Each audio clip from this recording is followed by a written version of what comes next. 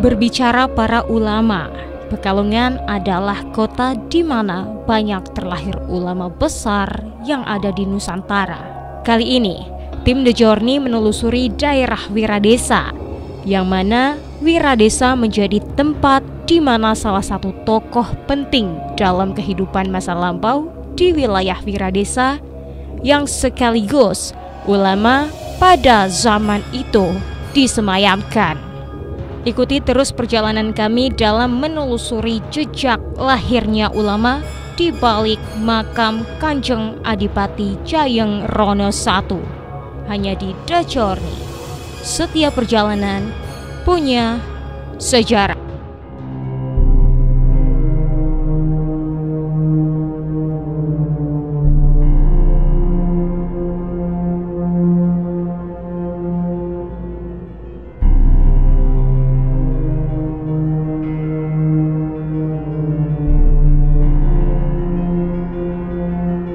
Jayeng Rono itu sebetulnya kalau kita sebagai orang Wiradesa itu sering mendengar bahwasanya beliau adalah Bupati pertama Wiroto. Nah, terkait Bupati Wiroto ini sebetulnya banyak versi ya, banyak versi. Dan kemudian ketika ditelaah, kalau nama Wiroto itu sendiri sebetulnya belum ditemukan. Kalau secara data sejarahnya belum ditemukan. Karena memang kalau Wiroto itu cenderung kepada narasi-narasi yang terdapat dalam kitab-kitab yang diampu oleh para dalang. Jadi itu kaitannya ada kerajaan Wirata dan lain sebagainya. Namun kalau ditelisik dari data administrasi yang ada di Mataram dan juga Belanda, itu malah ansih di sini itu namanya Wiradesa dari dulu. Bahkan pertama kali adanya Pekalongan di tahun 1622 itu dari perjalanan De Haen itu tahun 1622 sudah tercatat nama Wiradesa.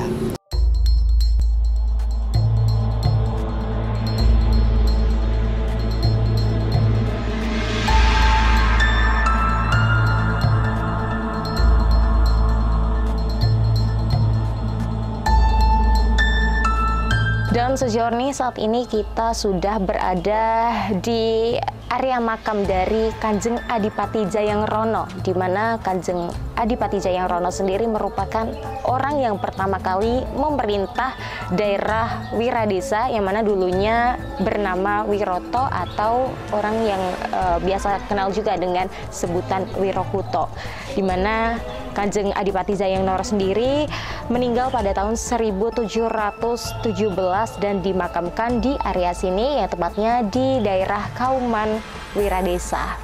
Untuk lokasinya sendiri memang agak masuk gang, di mana tepat di sebelah dari kantor kelurahan Kauman Timur seperti itu. Namun untuk kondisinya memang cukup ramai, di mana setiap harinya ada orang-orang yang berziarah di sini, yang mana di sini juga tak hanya satu makam saja, melainkan menjadi tempat pemakaman umum.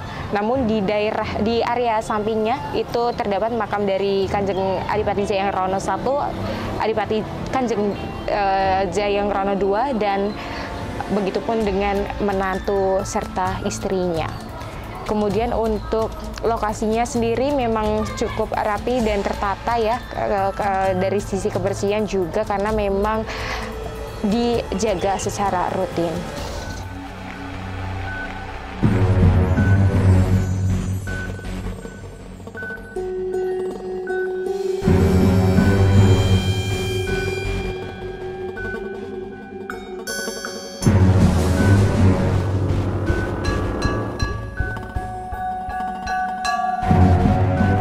Kalau Bupati Wiradesa itu sendiri pertama kali sebetulnya ada Pusponegoro, ya.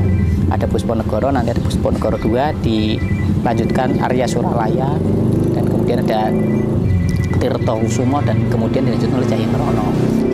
Itu terahnya itu sebetulnya kaitan Wiradesa. Dulu yang namanya Pusponegoro itu adiknya dari Jayaningrat. Jayaningrat itu Tan Kewijan, Bupati Pekalongan era tahun 1700. Nah, kemudian ketika ada konsensi perjanjian dengan Belanda, itu mengganti atau membayar tanah, menyewa tanah di wilayah Wiradesa itu. Nah, kemudian adiknya yang namanya Pusponegoro itu dijadikan bupati di Wiradesa, sehingga Wiradesa ini menjadi bupati tersendiri dari Pekalongan, sehingga terpisah itu ketika tahun 1710 itu mulai yang namanya Wiradesa, dan Pekalongan itu merupakan kabupaten yang tersendiri seperti itu.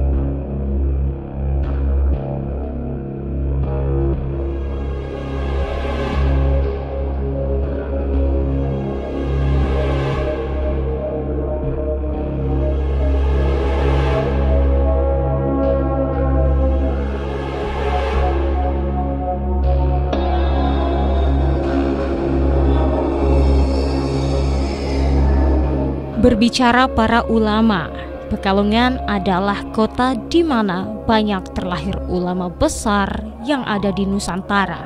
Kali ini, tim The Journey menelusuri daerah Wiradesa, yang mana Wiradesa menjadi tempat di mana salah satu tokoh penting dalam kehidupan masa lampau di wilayah Wiradesa yang sekaligus ulama pada zaman itu disemayamkan.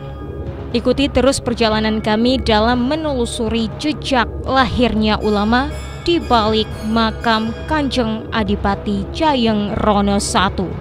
Hanya di The Journey. Setiap perjalanan punya sejarah.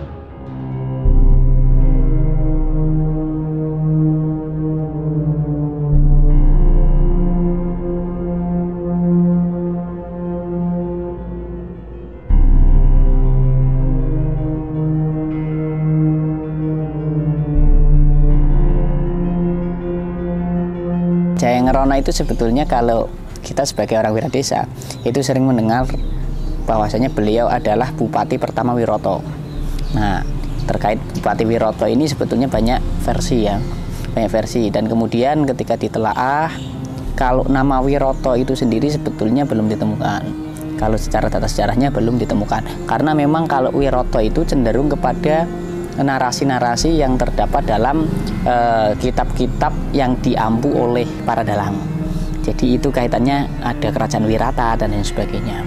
Namun kalau ditelisik dari data administrasi yang ada di Mataram dan juga Belanda, itu malah ansih di sini itu namanya Wiradesa dari dulu.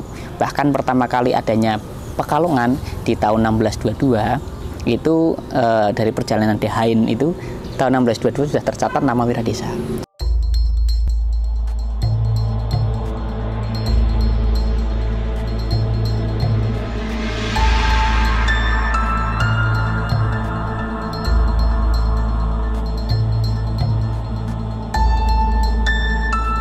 Dan sejauh saat ini kita sudah berada di area makam dari Kanjeng Adipati Jayeng Rono, di mana Kanjeng Adipati Jayeng Rono sendiri merupakan orang yang pertama kali memerintah daerah Wiradesa, yang mana dulunya bernama Wiroto atau orang yang biasa kenal juga dengan sebutan Wirokuto, di mana Kanjeng Adipati Jayeng Rono sendiri meninggal pada tahun 1717 dan dimakamkan di area sini, yang tepatnya di daerah Kauman Wiradesa. Untuk lokasinya sendiri memang agak masuk gang, di mana tepat di sebelah dari kantor kelurahan Kauman Timur seperti itu. Namun untuk kondisinya memang cukup ramai, di mana setiap harinya ada orang-orang yang berziarah di sini, yang mana di sini juga tak hanya satu makam saja, melainkan menjadi tempat pemakaman umum. Namun di area sampingnya itu terdapat makam dari Kanjeng Adipati Jayeng Rono I, Adipati Kanjeng Jayeng Rono II, dan begitupun dengan menantu serta istrinya. Kemudian untuk lokasinya sendiri memang cukup rapi dan tertata ya, dari sisi kebersihan juga, karena memang dijaga secara rutin.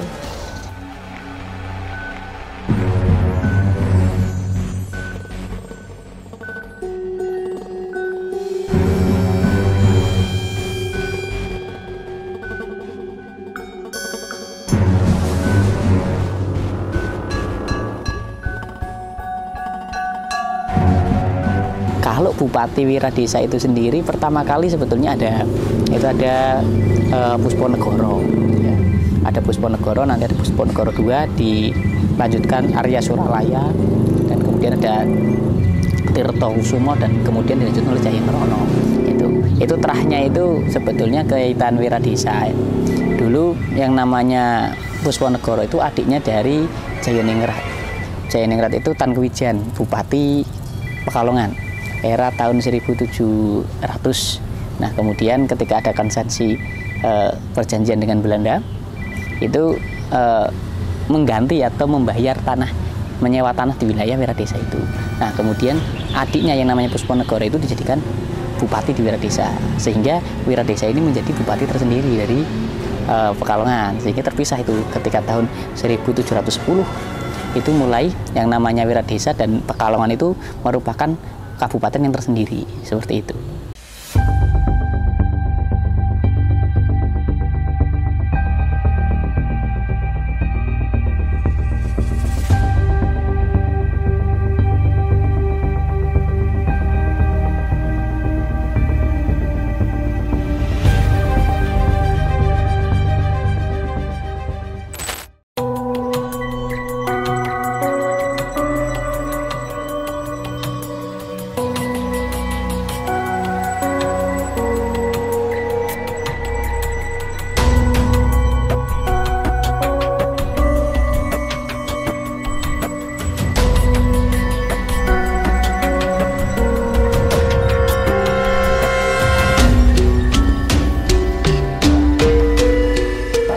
Sejauh ini jika kita lihat untuk sekeliling makam, mungkin banyak makam-makam yang mana terletak di atas keramik, di mana masih berkaitan erat dengan Raden Jayeng Rono sendiri, di mana yang sebelah kanan saya ini merupakan Raden Jayeng Rono I. Kemudian di belakang saya merupakan makam dari Raden Jayeng Rono II. Kemudian untuk Raden Jayeng Rono III sendiri makamnya berada di daerah Pasekaran, Batang. Kemudian untuk di sekeliling makam ini juga terdapat makam para ulama maupun para tokoh-tokoh spiritual, di mana seperti yang kita tahu bahwa Raden Jayeng Rono merupakan masih keturunan dari Kerajaan Demak, sehingga disebut sebagai cikal bakal lahirnya para ulama yang ada di Wiradesa dan di Pekalongan.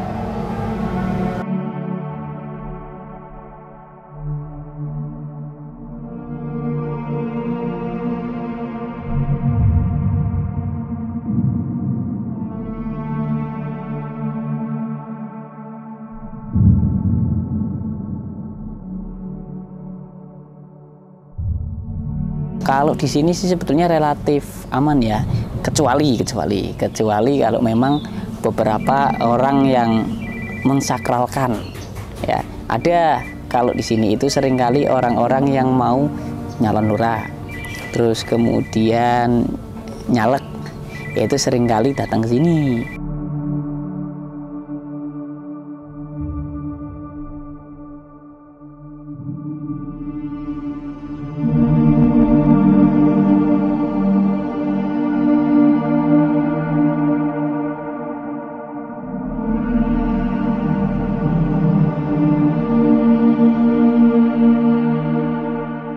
Terkait asal-usul Adipati Jayeng Rono, dari informasi yang kami terima bahwa beliau merupakan putra dari Raden Husein Amongnegoro, yaitu seorang bupati Pasuruan yang jika ditelusuri lebih dalam, Kanjeng Adipati Jayeng Rono ini masih keturunan dari Kerajaan Demak.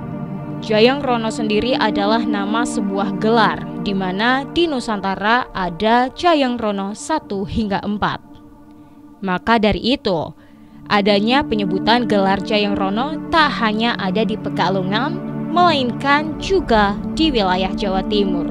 Usut punya usut, Said Qasim atau Jayeng Rono I merupakan tokoh yang meletakkan peradaban awal di Wiradesa. Ada yang menyebutkan bahwa Wiradesa dulunya bernama Wiroto, yang kemudian saat Belanda masuk, wilayah tersebut dijadikan satu kesatuan di Pekalongan dan berganti nama menjadi Wiradesa. Namun, ada pula yang menyebutkan bahwa dari awal wilayah ini sudah bernama Wiradesa.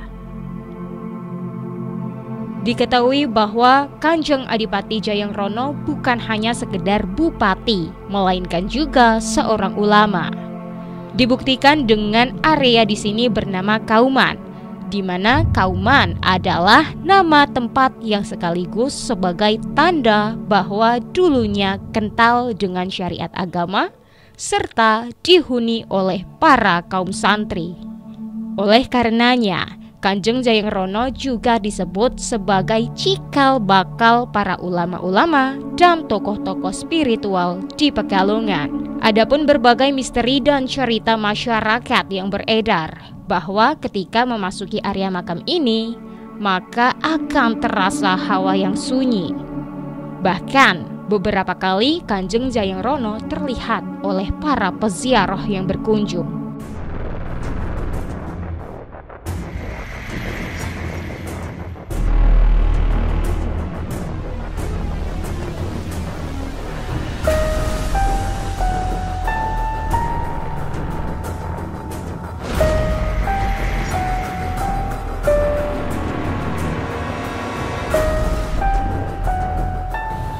Kepada seluruh peziarah ataupun orang yang mencintai sejarah dan untuk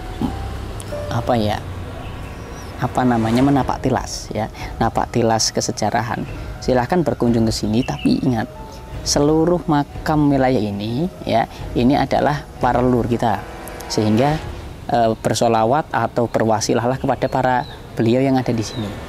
Itu karena mereka yang akan mendukung. Tidak ada satu pusat, kalau secara tadi orang yang mengerti, mohon maaf tak kutip sedikit, ada orang yang mengerti, itu tidak bertempat atau satu titik saja, ada beberapa titik. Nah ini kalau tadi nomenklaturnya orang yang mengerti, ini ada beberapa titik yang mungkin sebetulnya bisa untuk menjadikan wasilah. Itu pesan kami. Jadi silahkan ziarah, silahkan kunjungi terkait dengan susur tentang kesejarahannya. Tapi ingat, ketika datang ke sini, hadiah Fatihah minimal untuk para yang hadir di sini semua. Seperti itu mungkin pesan dari kami.